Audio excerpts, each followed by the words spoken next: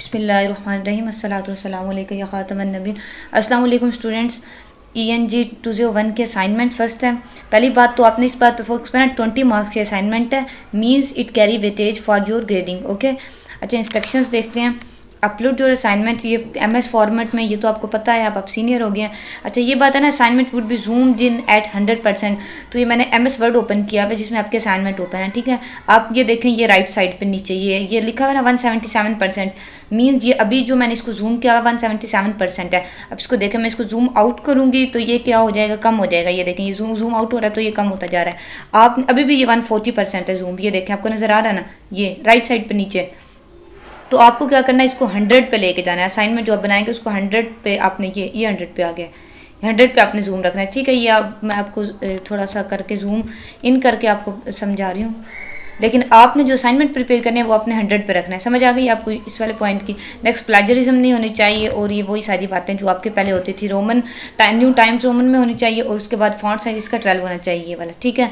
अब आपको इतना सब तो पता चल गया असाइनमेंट्स बना के। वेल, हम क्वेश्चन नंबर 1 की तरफ आते हैं कि in business communication it is important to use appropriate language when writing a letter.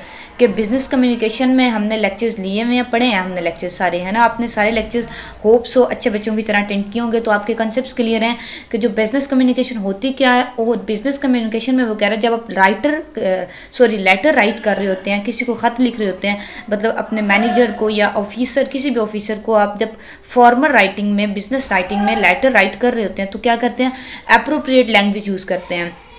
Appropriate language means a formal language. आपको पता है फॉर्मल इनफॉर्मल लैंग्वेज में क्या डिफरेंस होता है, ठीक है। तो वो ये कह रहा है कि लेटर राइटिंग में आप अप्रोप्रिएट लैंग्वेज यूज़ करते हैं। It is necessary to use strong phrases and to avoid weak words. Strong phrases use करते हैं, और वीक वर्ड्स मतलब ऐसे वर्ड जो आप इनफॉर्मल लैंग्वेज में यूज़ करते हैं, वो वाले यूज़ करने से अवॉइड करते हैं। वो वर्ड्स आप फॉर्मल लैंग्वेज में या स्पेशली बिजनेस कम्युनिकेशन में यूज़ नहीं करते। In the following list each sentence contains some weak words commonly use in letter writing, ठीक है। ये जो आपके पास सेंटेंस दिए गए हैं, वो कह रहे हैं हर सेंटेंस में एक वीक वर्ड है। Identify the weak word from each sentence. हर सेंटेंस से आपने ढूंढना है कि वो वीक वर्ड कौन सा है, and right it in the column below against the relevant number. नीचे इसके नीचे एक कॉलम प्रोवाइड किया गया, उसमें 1 नंबर के सामने आपने जो 1 सेंटेंस का आपके लिए बल्कि वो हुआ है, और सेकंड सेंटेंस के नंबर 2 के सामने आपने सेकंड सेंटेंस का वीक वर्ड लिखना है। अच्छा, नोट में ये है कि पहली स्टेटमेंट आपके लिए सॉल्व है, बाकी आपने खुद सॉल्व करनी है। ये देखें, ये हमारे पास कॉलम आ गया और फर्स्ट स्टेटमेंट पे आ गया, उसको भी हम देख लेते हैं कि we are sorry to inform you that the interview is a bite difficult to schedule. Bite भी करते हैं, बिट भी इसको पढ़ते हैं। Well, bit difficult to schedule. अब देखें, ये बिट डिफिकल्ट एक इनफॉर्मल वर्ड है। आप इधर ये लिख सकते थे interview is a quite difficult, या इंटरव्यू इज़ क्वाइट डिफिकल्ट, या मच डिफिकल्ट। मतलब आप फॉर्मल और अप्रोप्रिएट लैंग्वेज यूज़ कर सकते थे। ये यहाँ जो बिट यहाँ लिखा हुआ है, ये क्या है, इनफॉर्मल और इन अप्रोप्रिएट वर्ड है। ये आपके बिजनेस कम्युनिकेशन में यूज़ नहीं होता, ये उसने लिख दिया, ठीक है। ये सैम्पल था। सेकेंड हमने खुद करना है, देखें इसको। So it can be concluded that the products need further refinement. तो इस सेंटेंस में जो आपका वर्ड है फर्दर, ये क्या है, आपके पास वीक वर्ड है। इट कैन बी कंक्लूडेड, इस ये नतीजा निकाला जा सकता है that the product needs further refinement, के प्रोडक्ट्स को और ज़्यादा रिफाइनमेंट की और ज़्यादा नीट और क्लीन होने की ज़रूरत है। तो फर्दर जो वर्ड है, ये यहाँ इन वीक वर्ड है। आप कहने के प्रोडक्ट्स को ज़्यादा और ज़्यादा रिफाइनमेंट की ज़रूरत है, उनको ज़्यादा नीटनेस की ज़रूरत है। तो यानी कि फर्दर आप थोड़ा सा ना हट के, एक बिजनेस कम्युनिकेशन से हट के ये वर्ड यूज़ करते हैं, मतलब आप इनफॉर्मल लैंग्वेज में। Well, we can guarantee that this product gets attention. इसमें वीक वर्ड गेट्स है, ठीक है। आपने इसको गेट्स को यहाँ ये थर्ड के यहाँ लिख देना, ठीक है। आप ये एनेबल एडिटिंग करेंगे ना जब MS वर्ड में एडिट करके, तो आपको यहाँ आ जाएगा कर्सर, यहाँ 3 पे जाके आपने यहाँ वर्ड ये एडिट करना है जैसे आपको लिखा हुआ है। ये टेबल आपने फिल करके तो फिर आपने असाइनमेंट सेंड करनी है। मैं आपको वैसे गाइड कर रही हूँ। 4th वन देखें, we know that you are concern about your stuff. तो इसमें जो वीक वर्ड है वो ये है stuff, okay. We can say that the perfect solution to our problem is that you provide us with the material. तो इसमें weak word provide है, मुझे लग रहा। अच्छा बच्चों, मैं आपको बताऊँ, ये मैंने अपनी परसेप्शन के मुताबिक किया है। आपने लेक्चर लिया हुआ, आपको अगर कोई और वीक वर्ड लगता है तो आप उसको ही करें। मतलब मुझे ये वर्ड्स वीक परसीव हो रहे थे, तो मैंने आपको गाइड करके मैं आपको ट्रांसलेशन भी इसीलिए बता रही हूँ कि अगर आपको कोई और वीक वर्ड लगता है तो आप उसको हाईलाइट करें, ठीक है। उसको आप अपने टेबल में लिखें। We can say that the perfect solution, हम ये कह सकते हैं कि अच्छा जो सोल्यूशन है टू आवर प्रॉब्लम, हमारी प्रॉब्लम का, is that you provide us with the material. वो ये है कि आपने हमें हमें वो ये सॉल्यूशन है कि आप हमें मटेरियल प्रोवाइड कर लें, यानी कि हमें मटेरियल मुहैया कर दें। तो मुझे यहाँ ये प्रोवाइड इनफॉर्मल और थोड़ा सा हट के लग रहा है बिजनेस कम्युनिकेशन से, और मुझे वीक वर्ड लग रहा है, ठीक है, मैंने इसको कर दिया। अगर आपको कोई और लगता है तो आप डेफिनेटली उसको आप अपने टेबल में लिखें, ठीक है ना, क्योंकि लेक्चर्स आपने भी लेंगे और आपके पास भी अपना माइंड परसेप्शन है, आप उसको यूज़ करके उसके अकॉर्डिंग आप अपने असाइनमेंट करें। 6 देखें, the results of your argument obviously indicate that you are not interested in investigation. इसमें वीक वर्ड मुझे लग रहा है interested in. Okay, second question देखें, suppose you are working as a website developer in a software house.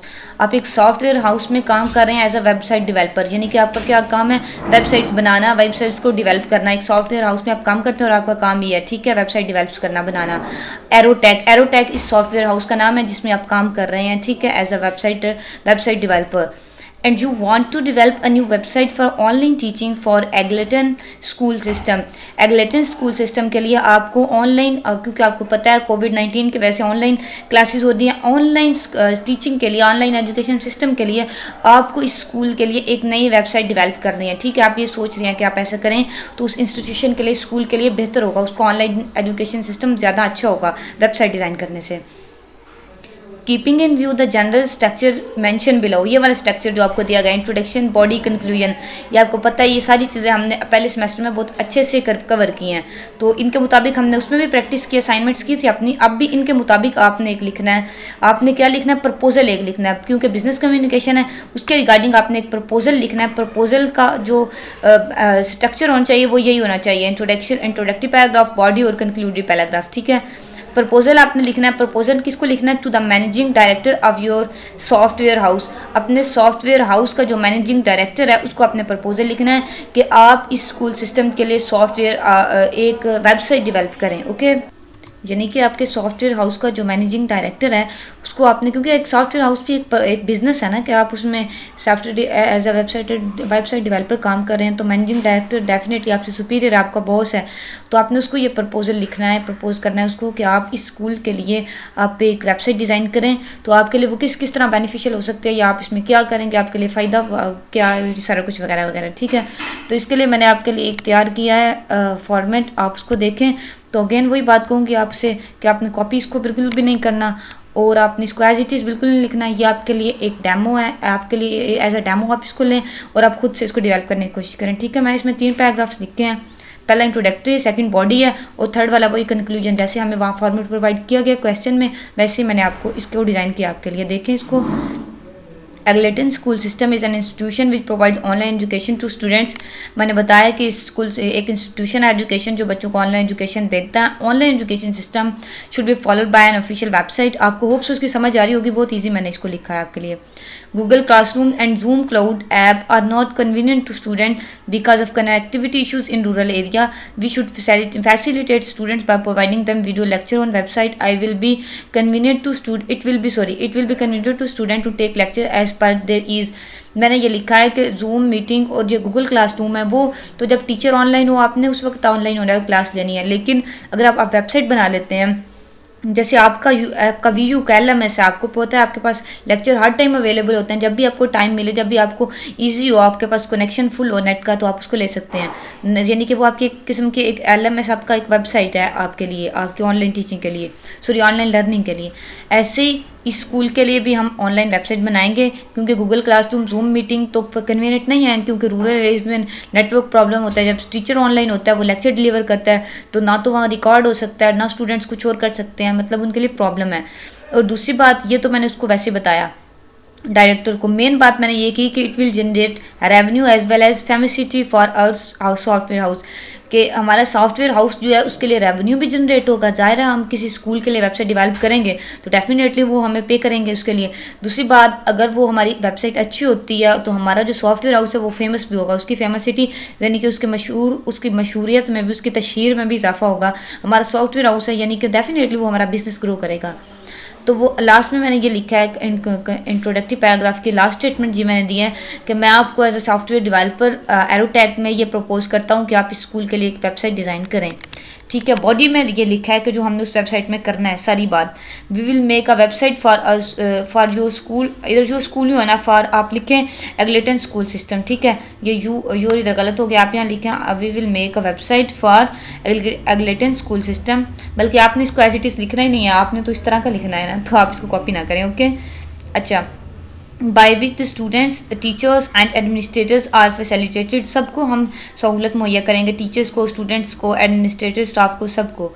We introduce a friendly and easy to use interfere, इसमें ना सारा ये वो मतलब इस ये प्रोफेशनली ये बॉडी पैराग्राफ जो है ना एज अ प्रोफेशनली मैंने इसको डिज़ाइन किया है कि मतलब वो उसको ये बता रहा है सॉफ्टवेयर हाउस के डेवलप जो डायरेक्टर है कि हम उसमें करेंगे क्या क्या उस वेबसाइट में जो हम डिज़ाइन करेंगे, हम उसमें फ्रेंडली और ईजी टू यूज़ इंटरफेस एक यूज़ करेंगे which help the parents, specially जो पेरेंट्स की भी मदद करेगा, students can pay their fee online and similarly teachers can get paid via online banking, it saves them from the difficulty of traffic and time to come school and pay manually, मतलब school में आके manually जो school fees पे करते हैं उससे वो उनकी बचत हो जाएगी और क्या होगा कि वो स्कूल ऑनलाइन ही फीस पे कर दिया करेंगे क्योंकि फ़ीस फिक्स होती है, इसलिए स्कूल में आके जो बारगेनिंग के लिए सम पेरेंट्स क्या करते हैं ऐसे बारगेनिंग करते हैं, मतलब इतनी फ़ीस नहीं देनी, हमने ये नहीं करना वो नहीं करना, तो वेबसाइट से आप इस मसले से भी बच जाएंगे स्कूल वाले। ठीक है, स्कूल के एडमिनिस्ट्रेशन तो वो, और मैंने बताया हुआ है कि अटेंडेंस शीट भी मेंटेन करेंगे, हर स्टूडेंट की मार्कशीट भी मेंटेन करेंगे,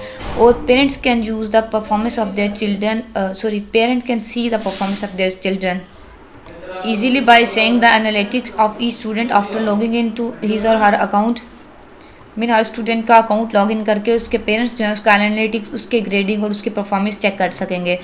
न्यू स्टूडेंट्स एडमिशन भी ले सकेंगे, एडमिशन फॉर्म ऑनलाइन हम वेबसाइट पे प्रोवाइड करेंगे। उसके बाद एक एडमिनिस्ट्रेटर पैनल इंट्रोड्यूस कराएंगे, उसमें क्या होगा कि परफॉर्मेंस हर स्टूडेंट की और टीचर की इंडिविजुअली प्रोवाइड की होगी, यानी कि हमारा स्टाफ कैसा काम कर रहा है स्कूल का हम ये बताएंगे, उसके स्कूल का यानी कि स्टाफ कैसा काम कर रहा है हम ये भी बताएंगे, और स्टूडेंट्स कैसे कर रहे हैं ये भी बताएंगे। ये बॉडी पैराग्राफ है, आपने देखा इसमें ईच एंड एवरीथिंग मैंने ब्रीफली एक्सप्लेन किया जो हमें वेबसाइट में करनी है। अच्छा, अब कंक्लूजन में मैंने ये बताया प्रपोजल के कि at the end I want to show you that the development of this website will be very prosperous for our software house, कि हमारे सॉफ्टवेयर हाउस के लिए ये वेबसाइट डेवलप करना बहुत अच्छा है।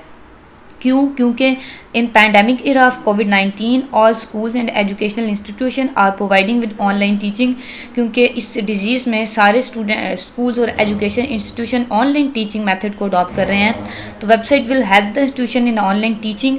ऑनलाइन टीचिंग के लिए हम इसको डिज़ाइन करेंगे ना वेबसाइट को, तो ऑनलाइन लर्निंग ऑफ मेथड में ऑनलाइन एजुकेशन सिस्टम में बहुत ज़्यादा हेल्पफुल होगी। तो क्या होगा, after developing the website for this school other schools and educational institution of this area will show you approaches, कि हम एक स्कूल के लिए वेबसाइट डिज़ाइन करेंगे तो बाकी स्कूल्स भी, बाकी एजुकेशन इंस्टीट्यूशन भी हमारे सॉफ्टवेयर हाउस को अप्रोच करेंगे, हमें उनके लिए भी वेबसाइट डिज़ाइन करना पड़ेगा, तो डेफिनेटली हमारा रेवेन्यू बढ़ेगा, हमारा बिजनेस ग्रो करेगा, हमारे लिए फ़ायदा है। ठीक है, it will be very beneficial for our software house. ठीक है बच्चों, देखा आपने मैंने कैसे तीनों पैराग्राफ डिज़ाइन किए। मैं अगेन एंड अगेन कहनी इसको आप बिल्कुल भी कॉपी ना करें, इसके लिए आपका ही नुकसान है। आप सफ़र करेंगे अपनी ग्रेडिंग में, आप सारे बच्चे कॉपी करेंगे तो आप सबका नुकसान होगा, आपका प्लेजरिज्म आएगा, तो आपको कोई भी अच्छे मार्क्स अटेन नहीं कर पाएगा। ठीक है, आप इस तरह के मिलते जुलता पैराग्राफ खुद से बनाएं, आपके पास सैंपल आ गया और आपके लिए बहुत ईजी है अपनी असाइनमेंट कंप्लीट करना। ठीक है, आप इसको करें। बेस्ट ऑफ लक, अपना बहुत सारा ख्याल रखिएगा। अगेन कॉपी बिल्कुल नहीं करना। अल्लाह हाफिज़।